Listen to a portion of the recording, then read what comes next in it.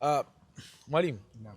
nakumbuka interview ya mwisho mimi nafanya na wewe, moja kitu ambacho ulikizungumza, ulisema kwamba endapo Marekani kama na Israel kama hawajatimiza malengo ya hivi vita kati yao na Irani, watarejea tena, tutaweza kuona mashambulizi mengine ambayo yakiendelea ama chokochoko zitaendelea pia. Kile ambacho ulichokizungumza, zimepita siku kadhaa baada ya kusitishwa, tumeona kile kimetokea pia. Kwa nini ulizungumza maneno kama hayo?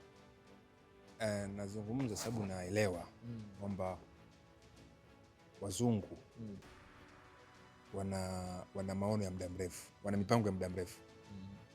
Kwa hiyo kila kitu ambacho wanakifanyia kazi wanakuwa na plan B. Wakubali kushindwa. Kwa mfano, Tanzania ama Afrika kwa ujumla ilitawaliwa na wakoloni. Si waliondoka, tukafurahi, tukatangaza uhuru. Lakini leo ukiangalia Tanzania ama nchi za Afrika ziko huru. Tunaamuliwa mambo yetu. Ina maana hao jamaa wamesharudi tena. Kwa njia zamani walikuwa katika ile white colon, leo ni black colon. Kwa tunatawaliwa lakini hujui kama unatawaliwa. Yaani unajihisi uko huru lakini unatawaliwa. Unataka kujua unatawaliwa, wewe kila kitu hapa ndani ya nchi yako kinatoka nje. Yaani wewe una uwezo, yaani usipo control uchumi wako wa ndani. Bwana 96. Yaani wewe ukawa wewe ni kitu tu cha wewe ni mtu tu wa kuimport. Kunini? Kuingiza tu. Hauna uwezo wa kuichakata hata dhahabu yako ulionayo ndani ya nchi yako. Kuitumia ardhi yako kuzalisha. Wewe ni mtumwa. Kwa utaongozwa tu.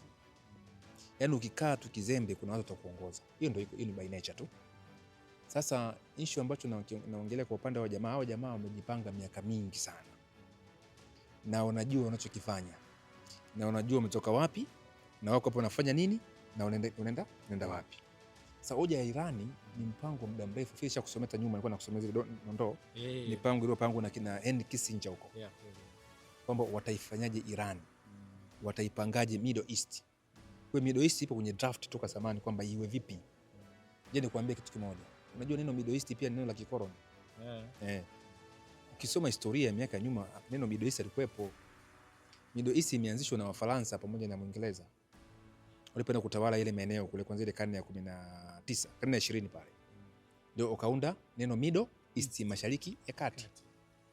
Kwa hiyo na waligawana, maana kwamba ukisikia Middle East ni kwamba kuna maeneo yawe chini ya Mwingereza na maeneo mengine yawe chini ya Mfaransa. Kwa mfano Lebanon iko chini ya Mfaransa.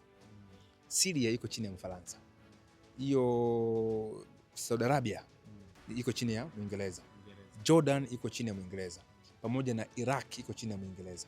Sasa ile Mandate of Palestine iko chini ya Mwingereza. Hiyo Misri iko chini ya Mwingereza. Sudan chini ya Mwingereza. Unaona? Tunisia ilikuwa ni hao wa Faransa kule. Morocco paka hiyo Morocco ilikuwa ni hao wa Spain. Sasa vitu kama hivyo, na Libya ilikuwa chini ya Italy. Sasa haya mambo tumeshagawanywa kitambo. Sasa sasa hivi kuna kitu kinaitwa Abraham Accord. Yaani mikataba ya Abraham. Sasa hiyo ndio umedesign Middle East iwe hivyo. Kwamba Middle East ambaye anapaswa kuwa na nguvu kijeshi ni Israeli peke yake. Kwa nchi zote inabidi sasa msio na uwezo wa kuunda silaha. Yaani utakuwa muagize nini? Silaha. Sababu ukishagiza silaha unaweza control wao. Hivi mimi nikikupa silaha blaza. Sinajua namna ya kuizima hiyo silaha. Unakuwa na silaha za kutosha, utamuonea tu mtu asiyokuwa nazo. Lakini uweze kumpiga yule ambaye amekupa silaha. Sababu yeye ana hizo zana, anazijua namna ya kuzimia wapi. Kwa maana nchi zote za Kiarabu zinaagiza nini? Silaha Marekani. Katika nchi za magharibi. Israeli nao wanachukua silaha Marekani. Lakini wana teknolojia yao pia kama wao, wanaweza kuzifanyia modification. Kifupi, Wayahudi ndio matajiri wa Marekani. Wengi tu, kuchukua ile roho ya matajiri wakubwa ni Wayahudi. Hata wale ambao sio Wayahudi wana interest na Wayahudi. Kama Elon Musk hapingi Wayahudi. Sasa anakuwa ana supply kule zile Starlink, kwa network ya Starlink kwa ajili ya kuwapa watu wa Iran kufanya maandamano. Kwa maana iko kwenye interest za nani? Za Wayahudi na Marekani wenyewe. Hivyo kwa Middle East isha designiwa. Sasa Iran ndio walichepuka kujitengenezea nguvu huru. Sasa ni kitu ambacho ukishafanya hivyo tu lazima uwe adui. Kwa hiyo watu wa uchumi wanataka Saudi Arabia wawe na nguvu za kiuchumi. ndio control Waarabu kiuchumi hata kijeshi.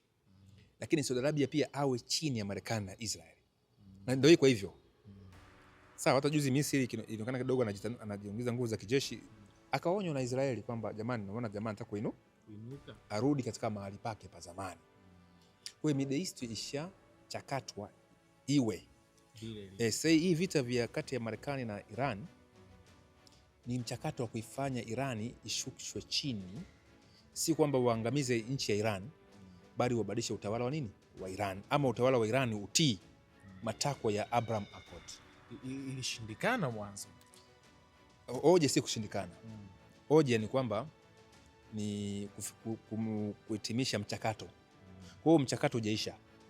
Ndio hivyo ni hoja hapo, kama nilisema kwamba vitarejea na vimerejea. Wanapigana tu kidogo kidogo. Labda tu nikwambie hii miezi ya Marekani kusitisha vita ile mwezi wa 4 tarehe 8 tarehe 9, Marekani ilikuwa imepungukiwa stock ya silaha. Huo ndio ukweli. Huo ndio ukweli. Ilikuwa imepungukiwa nini? Sababu silaha nyingi kwa mpeka Ukraine. Na nyingi kwa wameuza. Alafu unajua gharama za silaha za Marekani ni gharama kubwa. Kutengeneza silaha moja Marekani inachukua mchakato. Sasa hata Trump anasema nataka aje na idea nyingine kufanya mchakato kutengeneza silaha za bei rahisi. Kwa Marekani kwa imeishiwa nini? Silaha. Kwa ulikuwa una buy time. Kwa hapa juzi wamepigana tena vita hapa. Unaona Marekani ameipiga sana Irani. Ile mitambo amepiga sana pale. Kwa ulikuwa unaongeza nguvu ya uwezo wa kisilaha. Na ingawa pia na Irani muda huo nao umetumia kujiimarisha pia. Hiyo miezi miwili ambayo ni mapumziko. Lakini changamoto leo wamemshambulia. Leo wanaingia kwenye mazungumzo. Wamemshambulia kwenye mazungumzo. Pointi kubwa, angalia kauli ya Trump. Hata ruhusu Iran imiliki silaha za nini? Hata ruhusu Iran iwe na uwezo wa kijeshi. Basi. Hiyo kauli tu inakuonyesha kwamba vita hizi kuisha leo. Vita itaisha mpaka mmoja salimu amri, aidha ni Marekani ama Israeli ama Iran wenyewe. Hata sasa hivi nimeona Trump jana ameelisha kupiga. Hata kapiga usiku kuamkia leo. Lakini ameelisha kupiga, lakini wameingia katika masharti manne ya kusitisha ugomvi kwa siku 60. Kwa siku ngapi? Masharti mengine tena. Lakini sasa hii kitu ambacho nakifanya wana buy time kwa ajili ya kombe la dunia ambalo litaisha Julai 19 hivi. 19. Wanataka buy time. Alafu pia kuna uchaguzi wa maseneta Marekani ambao Trump anahofia kwamba Democratic wakipita wengi watamblock kwenye misheni yake anayoifanya dhidi ya Iran ama mchakato wake, sera zake nyingi pale Marekani nataka ziweke vizuri. Na kwenye issue ya aliona wasiwasi kidogo, hata baadhi ya Republican wanasiasa wanaanza kumquestion, inampa tashwishi. Kwa anarejea kupata uungwaji mkono wa bunge la Marekani. Sasa ni mjanja. Kwa hiyo kubuy time kote ni kusikilizia. Hata kuna mkuu mmoja wa Iran juzi amesema, afisa mmoja wa Iran, kwamba kombe la dunia likiisha Marekani itarejea tena kutupiga. Juzi nilikuwa nahojiwa na simulizi. Maswali kama nikamwambia Marekani wasema huko Marekani mbona inataka mazungumzo, nikamwambia si mazungumzo.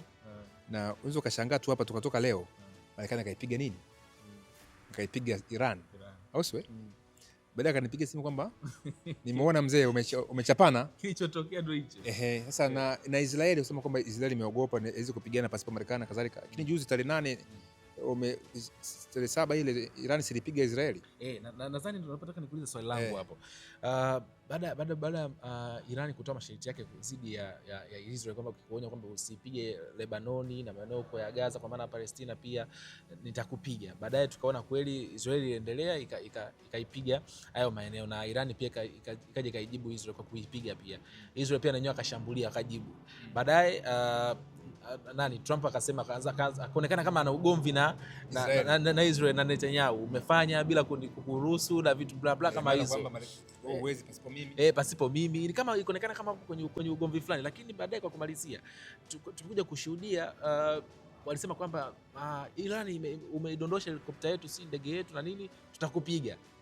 Ukazijibu kuipiga pale. Nini ambacho tunachokiona kwenye maneno haya ya Trump? Kwa kumalizia hoja yako ya kwanza basi ingia ya pili, ni kwamba vita kati ya Marekani na Iran havijaisha. Na hata haya maneno ambayo wanayaongea Trump na watu wanamwona kama Trump mjinga na ropoka. Rais wa Marekani Yaani ukitawala Marekani huwezi kutawala rais mjinga. Trump ameongeza ajira zaidi ya 200,000 Marekani. Ameupandisha uchumi wa Marekani. Ingawa ametuletea tafrani ya mafuta duniani ya nishati. Sababu Marekani iko hivi, hataki kuwasirika peke yake. Akijua kuna sehemu anaasirika na wafinyi wote muasirike pamoja. Yeye hataki kushuka, mnashuka naye. Tuko pamoja mpaka hapa Sasa kifupi, Trump ni mjanja. Ninasema ni snitch. Ana snitch Iran. Kwamba wako pamoja, ni kemea Israeli na nini na nini. Lakini si kweli. Mkataba kati ya Marekani na Israeli ni kuipiga Iran, kuiondolea nguvu yake. Kwa hata sasa hivi mambo ya kuelisha anapiga na elisha, hiyo ni mbinu tu za kijasusi. Alafu cha kwanza na elisha ameenda kupiga kiwanda cha kemikali. Amepiga ile mifumo ya ulinzi ya Iran. Wameipiga karibu yote, wameimaliza pale. Wamepiga sehemu nyeti sana pale. Kwa nini wakupiga sehemu nyeti na nataka mzungumze? Kwa maana wanakuzofia taratibu afu umewekea mzingiro. Ingawa sasa hivi katika mkataba huu kwamba Marekani iondoe mzingiro ndani ya siku 30 au baada ya siku ngapi? 30. Yaani kwamba ukae siku 30 usubiri Marekani atoe nini? Mzingiro. Na huko nyuma walikubaliana chocho akufanya. Mpaka hapo. Kwa Trump Irani nao pia unajua pia wanatumia njia hiyo kujiimarisha. Sababu kupigana kila siku mwenzako na uchumi mkubwa utaumia wewe. Na ule mzingiro umemuumiza sana. Lakini point inayokuja ni kwamba vita kati ya Marekani na Israel na Iran haijaisha. Hata sasa hivi wamesitisha haya mambo ni kwa ajili tu ya kivuli cha kombe la dunia na uchaguzi unaendelea nini Marekani. Kwa hata wao maafisa wa Iran wanasema kwamba huyu jamaa hawamwamini. Hata leo nimeona yule spika wa bunge wa Iran, ile mkuu wa spika wa bunge amesema kwamba Marekani hii ni kama strategy anayoitumia. Na sisi pia tunatumia njia hiyo kuwa na strategy hizo kama wa Iran kujibu mashambulizi ya nani? Ya Marekani.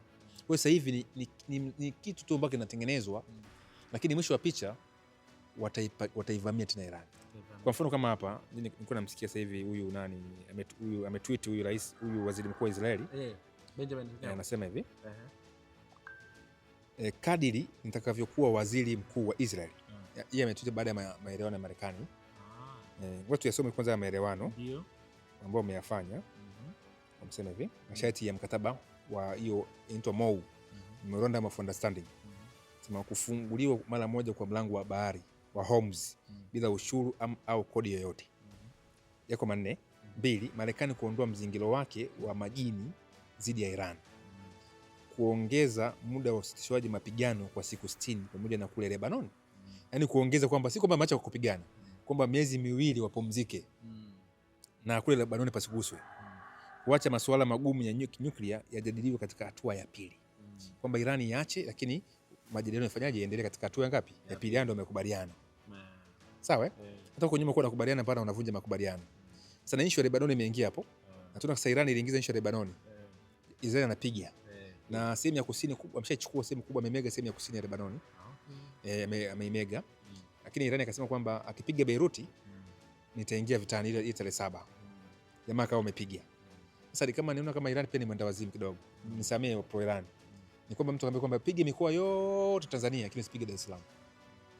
Sasa ina maana Iran ina maana hana uwezo wa kulinda Lebanon. Sasa Myahudi amesema hizi kuacha operation. Na anapiga tu baada ya kujuza umesitisha mapigano kwamba tunasitisha mapigano lakini usipige nini? Lebanon. Huo ndio mkataba wa Iran. Israel imekataa. Kesho yake tu akaanza mashambulizi dhidi ya nini? Ya Lebanon. Mpaka sasa anapiga tu Lebanon. Na haya masharti hapa inaingiza nini Lebanon? Utakuja kuona machoni pako.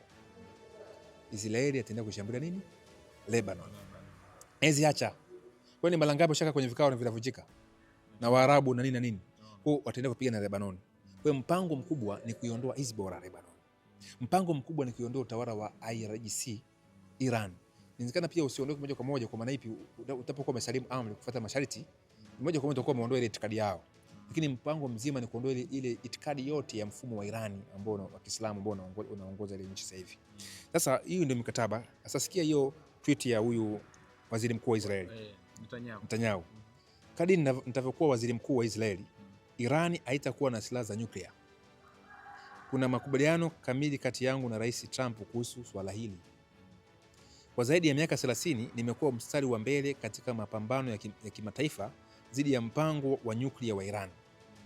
Kama singekuwa juhudi hizi, Iran ingekuwa tayari imepata mabomu ya atomiki ya kuiangamiza Israeli zamani sana. Iran imefanya kazi kwa lengo la kuiangamiza nchi ya Kiyahudi na nimejitolea maisha yangu kuhakikisha hawatafanikiwa kufanya hivyo. Kadri itakapokuwa waziri mkuu wa Israeli, jambo hili halitatokea. Ni kauli ndogo kubwa sana. Kwa hiyo bwana 96 ni kwamba umepumzika hapa, hata hapa katikati utakuja kuona kuna inaweza katokea vurugu hapa katikati. Unashangaa tu papa umeshutuana kidogo. Lakini mpango wa Iran mpango wa Iran mpango wa Marekani ni kuondoa ule utawala. Na kitu ambacho wanachokifanya sasa hivi ni kubuy time tu kwa ajili ya kombe la dunia. Ile kuna kitu kinaweza kufanyika hata kabla ya kombe la dunia kumalizika. Lakini tamaa ya Trump ni kwamba kombe la dunia lifanyeje? Lipite. Afu watairudia Iran. Ni must, na Trump sio akishapata viti vingi bungeni katika hatua ya pili. Na kuhakikishia hivi. Kama wakati huo Iran itajikuta bado iko imara, wataingia vitani katika vita vikubwa sana vitakavyofuata. Kwa sababu Trump atakuwa tena hana onyo lolote. Sasa anamaliza muhula wake, hana cha kupoteza. Na Trump anatoka zamani akiwa mdogo, tamaa yake ni kuipiga Iran. Akiwa anaojua nyuma Kwa hiyo vita bado iko. Trump si mjinga, sababu yeye anachosimamia kwamba ni issue ya siasa. Afu kingine uelewe, Marekani si kama Israeli. Israeli ishakuwa niweza kusema kwamba ni mtu ambaye ameshachokwa kimataifa na watu wengi, Toto tundu Kwa hata yeye ukimtolea maneno mabaya, yani hana cha kupoteza. Hana mpango na Holmes. Yani Holmes haimwasili. Hiyo Holmes unaiona kweli, na imefungwa pia. Imefungwa. Ana asili na hiyo Holmes. Yeye ana interest zake kama Israel, ambayo ni tofauti na interest za Marekani. Sasa Marekani kama baba wa dunia anapokuwa anapiga nchi huku na huku, nchi zile asa za kimataifa zinaanza kumsonga pia. Bwana mkubwa vipi? Tunaumia kiuchumi. Sababu pia ni mlezi wa uchumi wa dunia, ni baba wa mambo ya kisiasa ya dunia kwenye Umoja wa Mataifa na kila kitu. Kwa hiyo pia anakuwa ni mtu ambaye anaangaliwa na watu wengi. Kwa na watu wengi wanamwambia mzee vipi? Tunaumia, fungua Holmes. Kweli. Au siwe? Ruhusu hivi na hivi. Kwa unakuta hizo interest Israeli asijari. Israeli anachokitaka maslahi yake yafanikiwe, kuondoa threat wote ambao wanatishia maslahi ya Israel. Lakini Marekani yuko tayari kufanya na mkataba na mtu yote hata kama ni gaidi. Maada mtu amekubaliana na zile interest kwa ajili ya amani ya dunia. Sababu ukishakuwa baba, kuna mambo mengine inabidi uyaamue kwa si kwa nguvu. Utaamua kwa tutumie lugha gani? Kwa hekima. Kwa Trump anachokifanya si kwamba anaiogopa Iran, lakini anaangalia kwamba dunia inaenda wapi. Analaumiwa na mataifa yote kwamba mzee, marafiki zake issue ya nishati inaanguka. Myahudi hicho kitu cha nishati ianguke sianguke, he don't care. Hana cha kupoteza. Kwa hiyo Marekani kabisa atumie njia hiyo. So ndio maana anaingia katika kwamba anapigana, afa anambia Iran njoo tuzungumze. Hiyo ndio kawaida ya Marekani. Njoo tuzungumze, lakini si kwamba anataka ule utawala. Tuzungumze, kama watakubali basi atakuwa amefanikiwa katika malengo yake. Wasipokataa atakuwa anaonyesha dunia kwamba mimi niko tayari kuzungumza naye kwa busara, lakini yeye amekataa. Kwa nikimpiga haonekani kabisa jamaa yeye ndio ameweka mazingira ya kupigwa. Kwa hiyo Marekani anatumia kama baba, historia sije kama kama villain. Kwamba ni mtu ambaye alikuwa yeye anajali tu interest tu. Ajali mambo ya kimataifa na nini. Sababu amesaini mambo ya kimchakato ya kimoja mataifa, ingawa anayavunja pia kwa upande mwingine. Lakini Myahudi sivyo. Na ataendelea kuipiga Iran. Ile Hezbollah ataendelea kushambulia Houthi. Hata Iran pia watapashana moto kidogo hapa. Lakini na makubaliano yote wanaweza wakapashana moto. Sababu nani alikuwa anajua juzi watapashana moto? Nilikuwa nawaambia juzi mmoja kwamba watu kwenye mtandao wangu wa kijamii kwamba Israeli itasababisha Iran ianguke. Sababu Israeli ikiingia vitani, Marekani hana jinsi na ataingia. Na kama ataingia moja kwa moja, ataingia kwa kutoa strategy, msaada wa kiintelijensia na vitu kama hivyo. Lazima ingie tu. Hata hawa Europe juzi wamepigana na Israeli, huyu Iran na Israeli. Utashangaa Europe ambayo ilikuwa inamlaumu Israeli. sijui anaonea sijui mambo gani, mambo ya Lebanon, mambo ya Palestina na kadhalika. Wamediscuss vibaya sana Israeli. Lakini juzi wameiwekea bunge la Ulaya limepitisha vikwazo vipya dhidi ya Iran. Uingereza pia nayo imepitisha vikwazo vingine dhidi ya nani? Iran. Nao walikuwa wako nje ya interest ya Israel. Sawa, sababu NATO wenyewe wameweka bayana kwamba hatujaingia vitani zidi kumuunga Marekani mkono ni kwa sababu ya tototundu Israeli, sababu wana interest tofauti. Hicho ndio kikwazo. Sasa wewe Myahudi ajali hicho kitu. Lakini ukiangalia nyuma ya pazia, nguvu ya Wayahudi ni kubwa. Inaweza ikarani wale European wale wote wale Amerika wakajikuta wanakuwa tu upande wa Israeli, watake wastaki, aidha kwa wazi ama nyuma ya pazia. Lakini Irani, marafiki zake kama Russia na China wanamsaidia, lakini hawana uwezo wa kuja moja kwa moja kipaumbele kwamba tunamsaidia nani? Iran. Sababu huko wamesaini mikataba mingi na Marekani ama na Magharibi. Na Mrusi mwenyewe anategemea Trump sana, kwamba Trump ndo anaweza akasitisha vita vya nini vya Ukraine. Na vimeshamuelemea. Juzi anasema kwamba nataka aingie Kivu, akaondoa wale watu wa diplomasia waondoke, lakini wengine walikataa. Sasa akashambulia sana Ukraine, lakini juzi wamemjibu, wamepiga sana Ukraine, wameshambulia sana Urusi. Kwa hiyo ina maana Ukraine ni kirusi ambacho kinamsumbua nani? Putin. Tunaenda mwaka wa 5 sasa. Hata yeye pia mwenyewe anatamani vita fanyaje iishi. Kwa nataka Marekani kwamba au Trump amkataze huyu Ukraine asishambulie.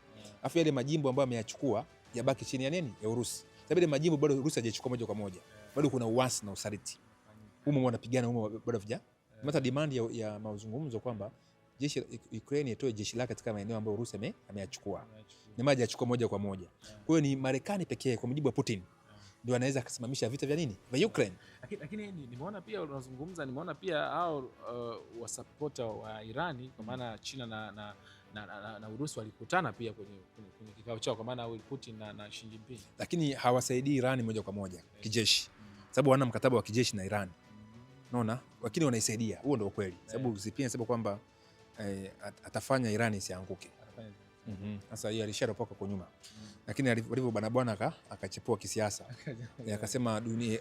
Akasema kwamba aungi mkono vita na Marekani itoe majeshi yake kuichambulia Iran, tushuke chini tuzungumze katika tufanye mazungumzo kifupi, yani Iran irudi katika mazungumzo na Marekani, wasiingie kijeshi. Kukutana kwao inamaanisha nini hasa kwa maana China na Urusi? China na Urusi ni marafiki. Ingawa wana mkataba wa kijeshi kwamba huyu akinipiga huyu nikupige. Kwa wapo katika interest za kiuchumi, lakini pia ni marafiki pia katika hoja ya kwamba wanajilinda na nguvu za magharibi. Kwa ina maana hiyo ni moja wapo ya njia kwamba ama mtazamo kwamba Mchina hizi Urusi yanguke. Wala Mrusi hata China afanyaje anguke. Kwa wana interest zao kinyume cha upande wa magharibi. Ingawa pia na wao kwa wao wana interest tofauti. Ziko interest tofauti. Sababu Mchina pia anatamani kuwa superpower, Russia hivyo kuna interest ziko tofauti, lakini mnapokuwa na adui moja mnaweza mkaunda society yenu kumkabili adui mmoja, ndio maana uliunda BRICS. Lakini sasa kifupi wa mazingira ya vita hivi najaribu tena kusema kwamba vita bado vinaendelea. Hii ni pause kwa ajili ya kulinda maslahi na michakato kaza wa kaza, ila vitarudi vipo mpaka sasa vinaendelea. Sasa sasa kuna sasa hivi wameshatoka katika vita vya mabomu kwa muda mchache, ila kuna vita baridi chini kwa chini, kuonga wale viongozi wa IRGC viongozi wa Iran, kupata information ndani ya nchi, sababu Iran ukiangalia wale viongozi walivyokuwa nakufa, usifiki kwamba ni jasusi tu wa Mossad moja kwa moja, na maana ana link na baadhi ya wanasiasa wa ndani kwa kuwapa pesa na nini ili kutoa information za wale viongozi wakubwa na kadhalika. Kwa hiyo kuna vita baridi ambavyo vinafanyaje vinaendelea, na hii kauli inachosema kwamba hata ruhusu Iran imiliki mabomu ya nyuklia. Hiyo ni wazo la nje, ila hata ruhusu pia, yani maana yake kifupi kwamba hawataruhusu Iran iwe na nguvu independent za kijeshi. Kwa sababu pia hata mashambulizi na malengo ya Iran inayolenga wanatumia pia satellite za Russia na China. Uwezi rusha ile makombola na ukalenga shabaha kama una satellite. Sasa utapigaje target? Sasa yeye anazo hizo satellite. Anapewa na Russia, anampewa na Mchina, na hiyo kijeshi kwamba mtu kama umenipa fedha kwamba nataka unimulikie sehemu, nakupa nini? Pesa. Kwa hiyo ni biashara pia. Sasa hiyo Marekani anaelewa hicho kitu, Marekani anakielewa. Sasa yeye mwenyewe pia anaweza kuweka target kwa watu wake, kwa mfano kama Pakistan wanapigana na nani na Taliban. Sababu Pakistan ndafika Marekani anaweza akampa akamuonyesha bwana maadui wako pale, piga pale na kuchorea msaka piga. Sasa hiyo kuna urafiki wa kijasusi au wa kijeshi ambao sasa tujui, ambao hata wao wakubwa wanaelewa kabisa. Hapa China ndio hii bomu limekuja hapa, ni Mchina kaongoza hapa, Mrusi kaongoza hapa, tukaelekeza hapa. Hata kule kwa upande wa Ukraine Putin anajua kabisa mabomu hizi shabaha zinatoka Europe na Marekani, si uwezo wake kwamba hizi shabaha amelenga mpaka kwangu hapa. Marekani amesaidia, kuna mkono wake hapa. Hata Trump alimwambia Putin kwamba ukikubaliana masharti yangu naifanya Ukraine silenge ndani ya nini ya Putin ya Urusi, lakini ukipisha basi mimi nitaacha mpipishane kifua. Sasa hayo ni mambo ya kijeshi ambao wanajuana. Hata Tanzania na nchi kama Rwanda, Kongo, Kenya, Uganda tuko hivi ni marafiki, lakini ndani kwa ndani kuna ujasusi wetu ambao tuko nao, kwamba huyu jamaa sije baadaye kanikaba kwao. Yani kuna kitu fulani tunaweka ku harmonize, yani kufanya ulinganifu uwepo ama mambo yanaendelea. Sasa wale wakubwa ni zaidi wanachokifanya. Kwa hiyo wana mipaka yao ya kijasusi ambao wanawekeana. Hata pia wanakuwa wanahakiana katika mifumo ya kijeshi. Anakuja hapa na mwangalia jamaa na nini na muhaki na jamaa na ni haki. Hiyo ni michezo ambayo inaendelea. Kwa hiyo kwa upande wa Irani na Israeli na Marekani kuna vita vinaendelea vikubwa sana nje ya pazia. Kwa hiyo siku 60 si kwamba umekaa hivi. Kila mmoja anajichakata, ingawa zisiishe au vinginevyo, lakini pointi ya msingi huu ni mwaka 2026 ndio tukauvuka, lakini siamini hicho kitu, lakini nakuhakikishia hivi vita vitarudi tena kwa ukubwa zaidi, na kama Marekani itashindwa kuiangusha Iran na Israeli wameisha. Tumefunga na kauli ya Mwalimu Jeff Masawe. Kauli yake ni moja kwamba ana uhakika kwamba hivi vita vitaendelea na lazima waiangushe Irani, lakini amesisitiza pale akasema kwamba endapo kwa maana Israel na Marekani wakishindwa kuiangusha Irani, basi kivumbi wanacho. Mimi nikushukuru sana kwa wakati wako, tumezungumza mambo mengi sana, pengine hasa kuna mtu ambaye kusema sasa hivi hapa, kuna ipi la kumwambia sasa?